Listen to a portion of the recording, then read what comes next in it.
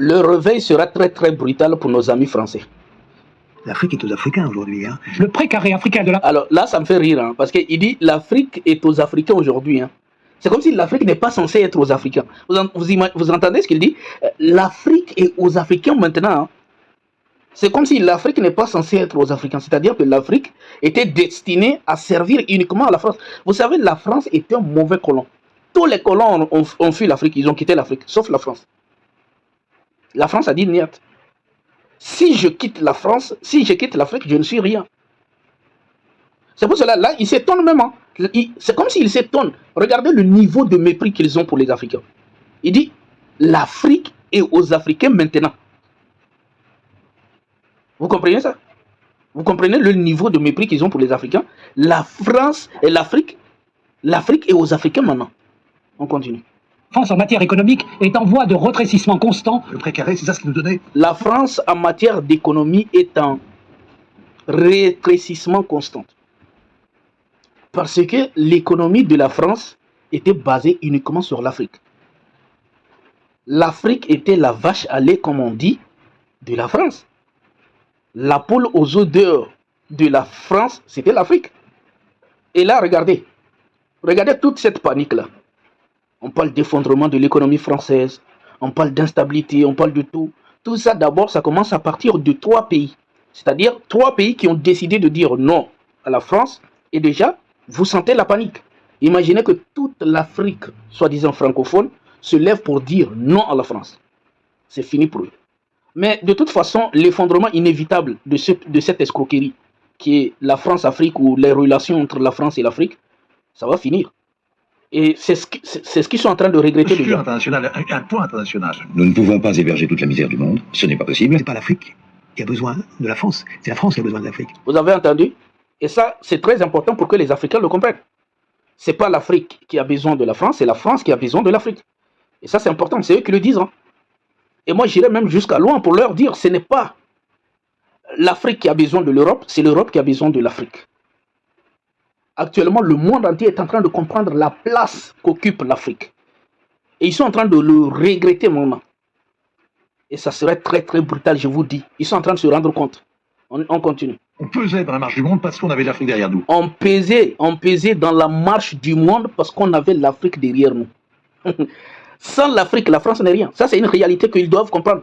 Ils sont là, ils invitent tous les Éric Zemmour, les gens qui vont aller prier sur le mur de lamentation. Ils les invitent dans leurs médias pour venir nous mépriser. Je pense que quand ils seront cherchés de l'Afrique, ils iront chercher leur uranium, leur pétrole, leur or, toutes leurs ressources qu'ils sont en train de piller en Afrique, ils iront le chercher en Israël là-bas. C'est fini maintenant. Le mépris. Les Africains ont assez encaissé. On a assez encaissé et cette fois-ci c'est fini. On rend les coups maintenant. Ce n'est plus le cas. En Europe, il n'y a plus grand-chose. Tout se trouve en Afrique. Les richesses sont toutes des richesses minières, énergétiques. En Europe, il n'y a plus grand-chose. Mais il n'y a jamais eu quelque chose en Europe. Vous n'aviez jamais eu quelque chose. Jamais. J'ai étudié l'histoire de la venue des Européens en Afrique. Et ce n'est absolument pas ce qu'on vous a raconté sur la venue des Européens en Afrique. Si vous voulez, je vous fais une vidéo complète pour vous montrer pour qu'est-ce qu'ils sont venus. Ils ne sont absolument pas venus nous civiliser. Quand ils étaient venus, l'AS au Mali, ils savaient lire et écrire. Ils avaient des universités. La grande majorité des Africains étaient instruits bien avant l'arrivée des Européens. On était instruits. Il y avait l'or, il y avait le commerce, il y avait tout. Il y avait tout. Donc l'idée qu'ils étaient venus civiliser l'Afrique, c'est un mensonge grotesque. Ça, c'est ce que je dis, ça c'est la vérité, c'est la vérité, c'est la version, c'est leur version de notre histoire. Mais sauf que nous avons notre version de notre histoire et nous avons aussi notre version de leur propre histoire. Parce que quand vous regardez toutes les maladies, les pestes, etc., qui se sont déroulées en Occident, là, les famines, les plus grandes famines que l'humanité a connues, ça s'est déroulé en Occident, pas en Afrique. Des gens qui étaient en train de mourir de faim, qui disent qu'ils vont venir civiliser les Africains, ça c'est une impossibilité. Il faut que les Africains ouvrent leurs yeux. Parce que si on ne connaît pas notre propre grandeur, on va nous vendre du rêve. Ils ne sont pas venus civiliser des gens qui étaient déjà civilisés. C'est pas possible. À la période où ils venaient, 60%, voire même, on vous parle de 75 à 70% de la population européenne était analphabète. Allez vérifier voir. Et pendant ce temps, Il y avait des universités à Tombouctou, avant même leur arrivée. Comment ça se fait? Donc il y a des histoires qu'on doit recadrer. Et je vous dis, cette histoire-là, si on rentre dedans, vous allez comprendre leur venue.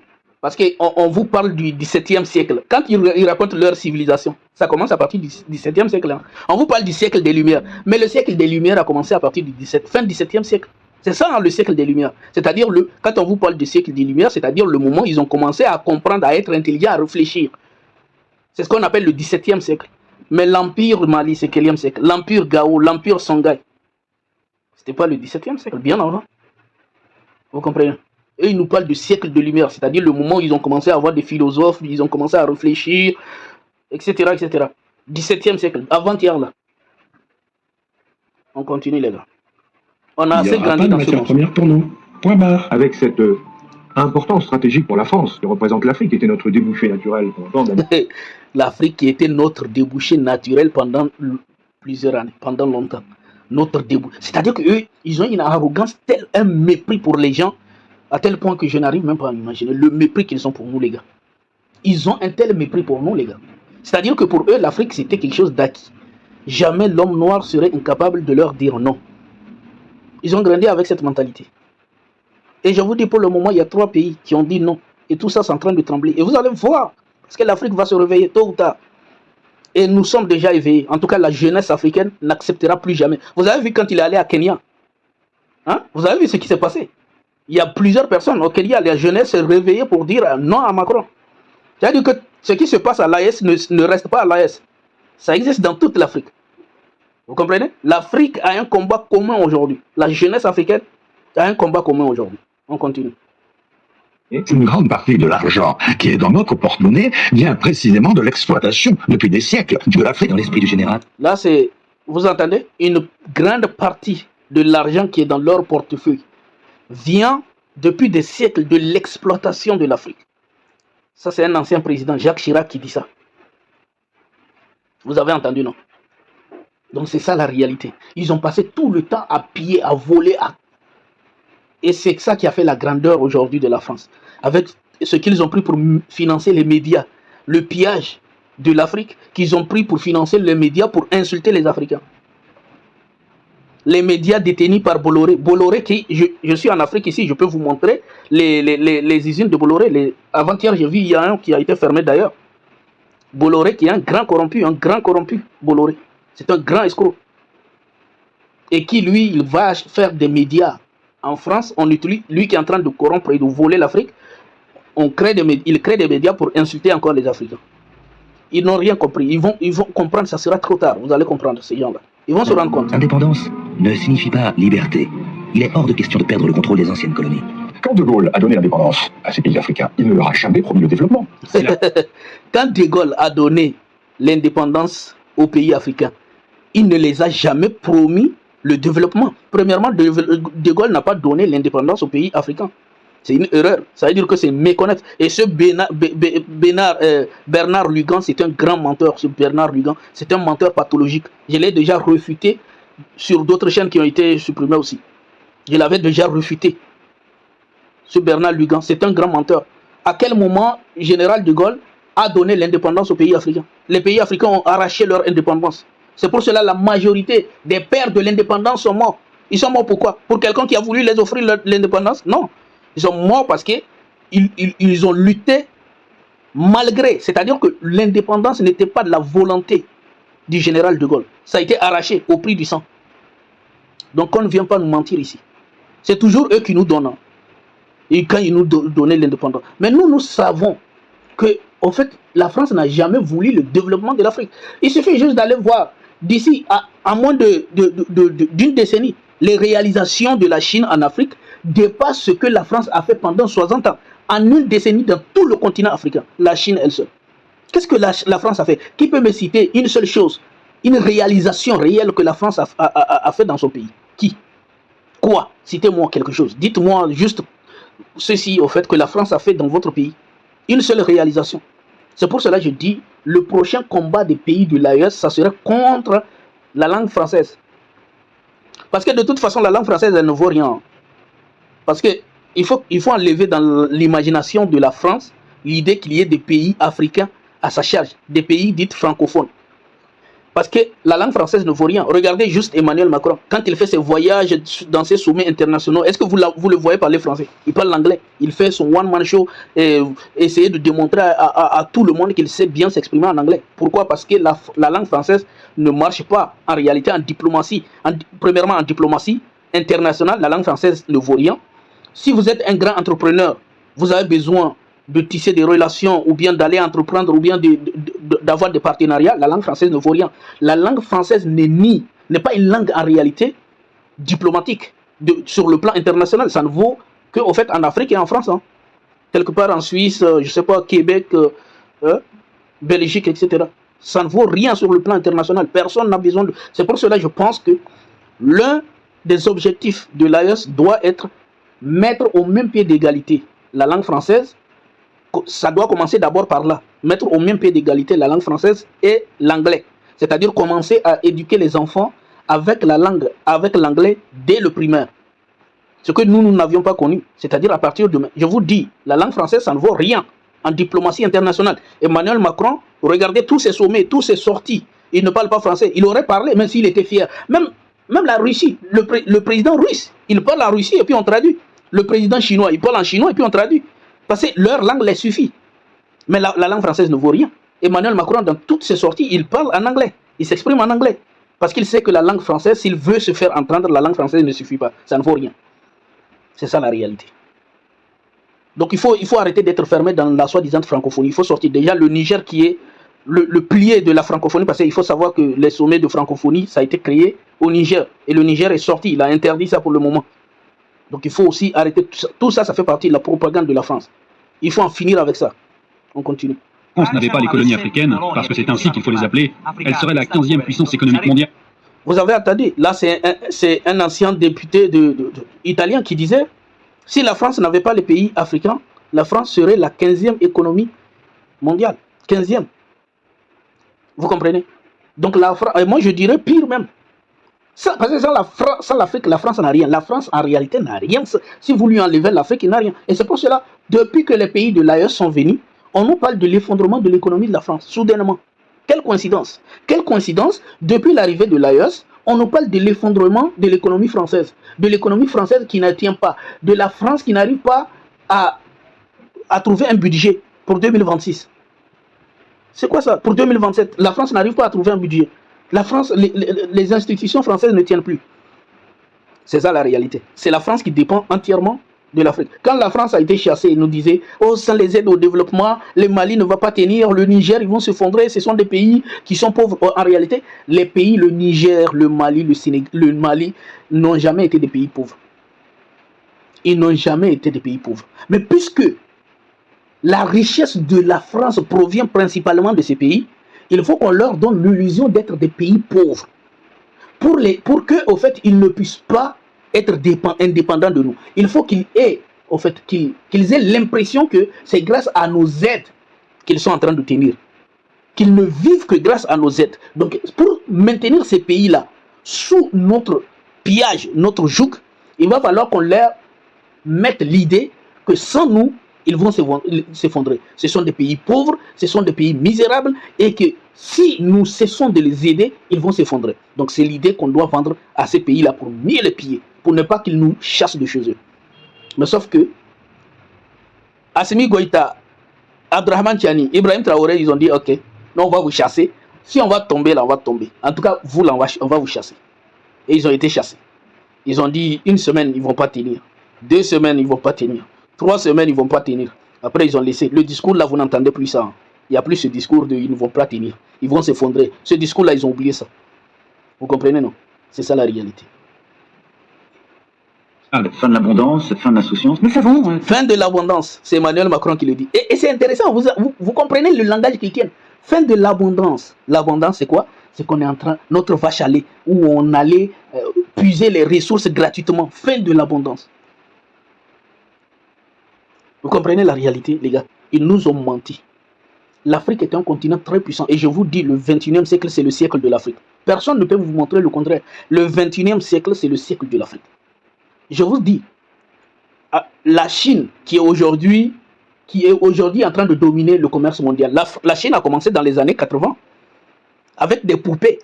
Les Occidentaux se moquaient de la Chine. Ah, c'est des fabricants de poupées et ils ne savent que fabriquer des poupées. Ils ne font que fabriquer des jouets. Et aujourd'hui, qu'est-ce qui se passe? La Chine a pris l'économie mondiale. Après, c'était l'Inde. Oh, ils ont commencé à se moquer de l'Inde. L'Inde a commencé dans les années 2000. Aujourd'hui, l'Inde dépasse le pays qu'il a colonisé, l'Angleterre. L'Inde dépasse le pays qu'il avait colonisé. C'est ça la réalité, les gars. Et ils vont comprendre. C'est pour cela qu'ils ne veulent pas qu'il y ait stabilité dans nos pays, dans l'AES. Ils ne veulent pas de la stabilité. Parce qu'ils savent que quand ça va démarrer, je vous dis, l'Inde a commencé dans les années 2000. La Chine a commencé. Donc l'Afrique, l'AES commence aujourd'hui en 2026. Et nous vous donnons 10 ans, 20 ans, vous allez voir, rien que 2 décennies, vous allez voir la réalité qui va se passer dans l'AES. Ce n'est pas l'amusement. Les réalisations et ce qui va se faire accomplir, ce n'est pas la blague. Vous allez comprendre. Parce que la jeunesse, d'abord, a pris conscience de son importance. A pris conscience de l'arnaque. En fait, on est en train d'étouffer le potentiel de la jeunesse africaine. Et aujourd'hui, la jeunesse africaine a compris cela. Et nous disons non. Les uns les autres, l'Afrique est une région où se joue une partie de notre avenir commun. On vient de perdre l'Empire. L'Afrique est une région où se joue une partie de notre avenir commun. C'est au fond une grande bascule que nous vivons. On n'est plus rien. C'est dramatique. Est-ce que la France pourrait se relever de ça ou est-ce que c'est... L'Afrique est notre avenir. L'Afrique est notre avenir parce que... Les gars, je vous dis, cherchez votre avenir quelque part. Parce que si vous basez votre avenir sur l'Afrique, on va vous décevoir. On va vous décevoir, les gars. Parce que vous êtes tellement arrogant et vous n'allez jamais arrêter d'être arrogant. Et c'est pour cela, moi, je dis, la meilleure des choses qui puissent arriver à l'Afrique actuellement, c'est Jordan Bardella. Ou Marine Le Pen. Ou même Éric Zemmour. Je les souhaite d'avoir comme président Éric Zemmour. Ou Jordan Bardella, les gars. Que Dieu fasse que Jordan Bardella soit élu. Ou Éric Zemmour.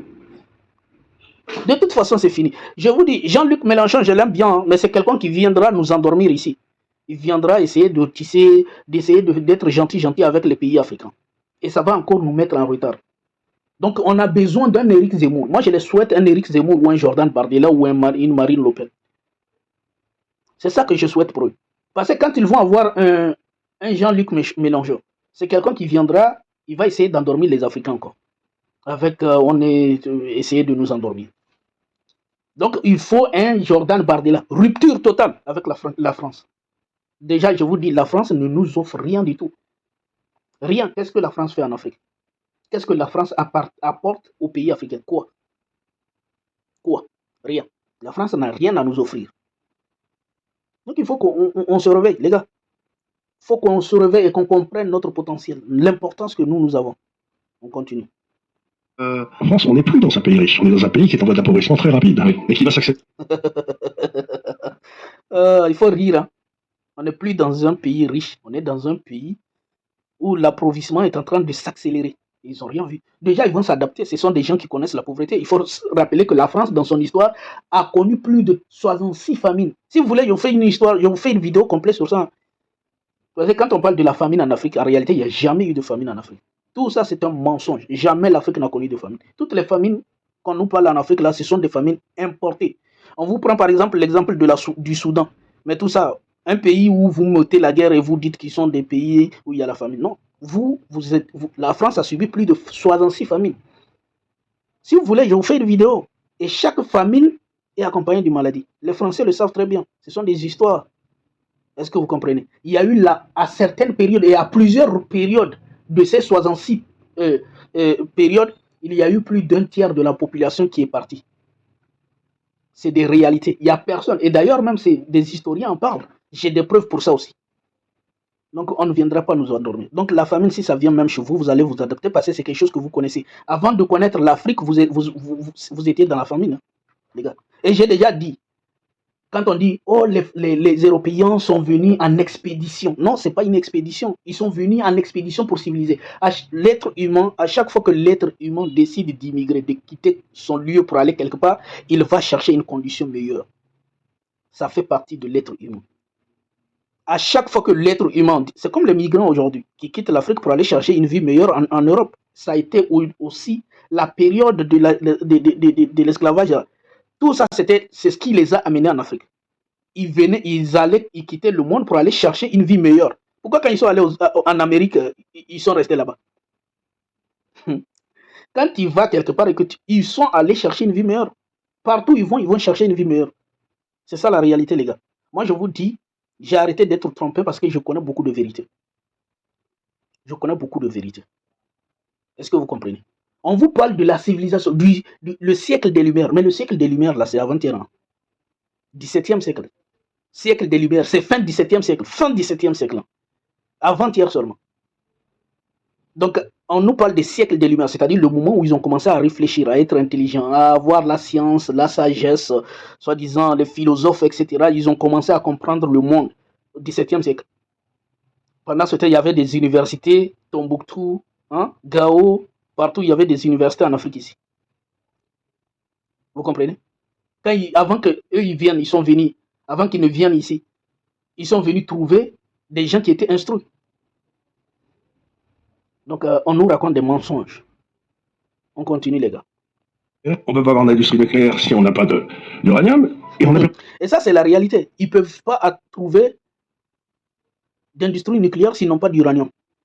Ils sont en train de se rendre compte de la réalité, les gars. Maintenant, on va écouter maintenant ce qui s'est passé. Attendez. Et là, ce qui est en train de se passer, c'est quoi? C'est que le Niger, les pays africains, comme l'AES, sont en train d'imposer tellement leurs conditions à tous les pays. Parce qu'actuellement, personne ne nous intimide. Même la Chine. Et ils sont en train de se rendre compte. Là, nous sommes sur le site du Niger eux-mêmes, qui nous dit « Coopération pétrolière ». Le Niger et la Chine signent plusieurs protocoles d'accords stratégiques. Je tiens à rappeler que la Chine a voulu jouer le malin avec le Niger. Vous savez que la Chine était en train d'extraire du pétrole au Niger. Et la Chine a voulu faire du malin avec le Niger. Le Niger a coupé le robinet. Il a dit calme-toi les gars. C'est un nouveau Niger. Hein. C'est pas ce que vous avez connu dans le passé. Là. La Chine, le Niger a coupé le robinet. Il a dit même pas une goutte de pétrole ne va en Chine. Il va falloir qu'il revienne négocier encore.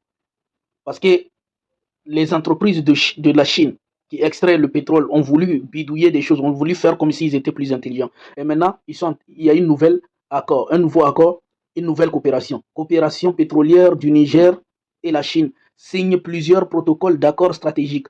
Le Premier ministre Ali Mohamed Lamine Zeyn a présidé ce lundi 16 mai 2026 à Niamey la cérémonie de signature de plusieurs protocoles d'accords de partenariat pétrolier entre la République du Niger et des partenaires chinois, marquant selon les autorités nigériennes la reprise de l'intensification des relations entre les deux pays dans le secteur des hydrocarbures.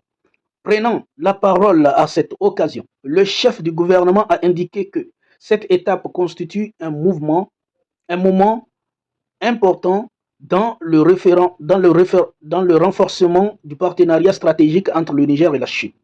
Il a rappelé qu'un comité institutionnel mis en place par le président de la République, le général d'armée Abdurrahman Tiani, a conduit les négociations sur l'ensemble des dossiers liés à cette coopération. Selon lui, ce comité présidé par le ministre des Affaires étrangères a travaillé longtemps et patiemment afin d'aboutir à des accords jugés bénéfiques pour les intérêts du Niger.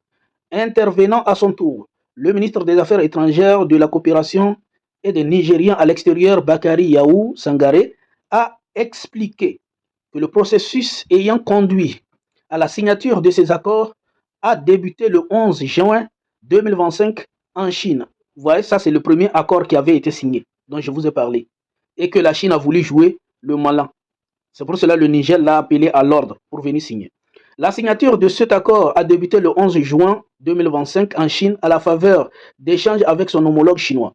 Il a précisé qu'après près d'une année de négociations, de compromis et de concertation, les parties sont parvenus à des résultats qualifiés d'acquis significatifs, notamment en matière de contenu local, de participation de l'État et de revenus pétroliers. Parmi les principales avancées annoncées figurent la réduction du tarif de transport du pipeline d'exportation ramené de 27 à 15 $ le baril, permettant à l'État nigérien de réaliser une économie estimée à plus de 106 millions de dollars sur 12 mois. Le ministre a également annoncé qu'un accord de principe a été obtenu pour une participation de 45% de l'État du Niger dans la société WAPCO, alors qu'aucune participation effective n'était jusqu'à là détenue par le pays. Vous avez entendu donc l'importance de redéfinir les négociations.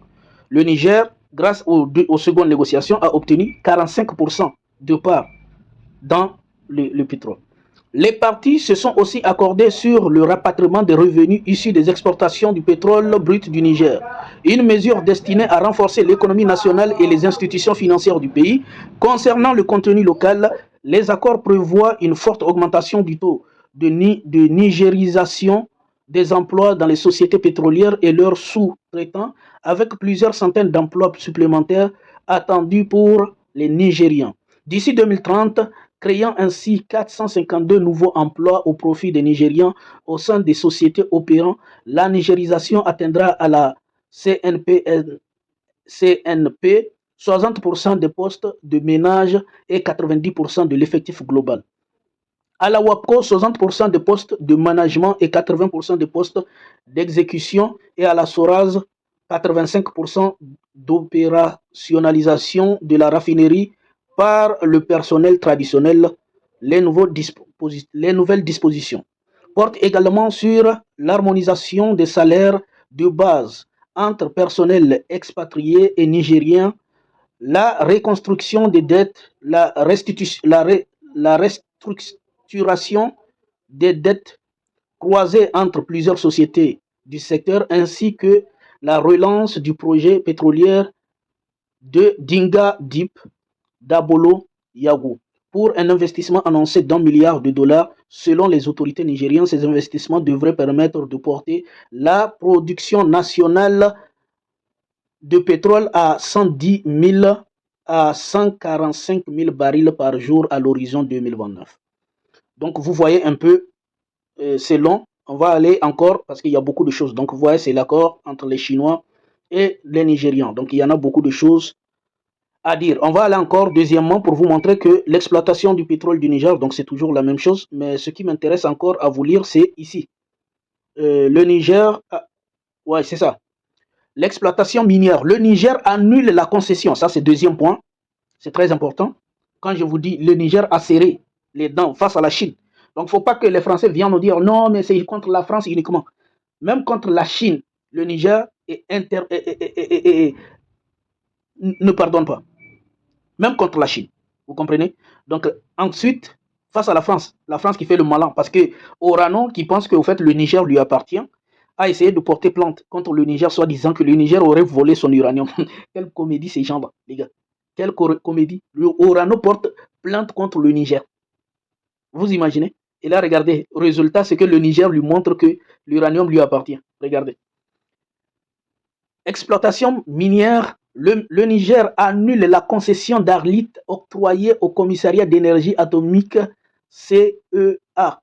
Réunis en Conseil des ministres ce lundi 18 mai 2026 au cabinet du président de la République, le général d'armée Abdurrahman Tiani, le gouvernement nigérien a adopté le projet décret portant annulation de la concession d'Arlit octroyée au commissariat à l'énergie atomique CEA par décret du numéro que vous voyez. Dans le cadre de cette concession d'Arlit et en application de la réglementation minière Orano Mining est assujetti au paiement de la redevance superficielle sur le périmètre de la concession non amodié. À ce titre, un état de liquidation lui a été transmis à la date du 14 avril 2025 et une mise en demeure pour non-paiement de la date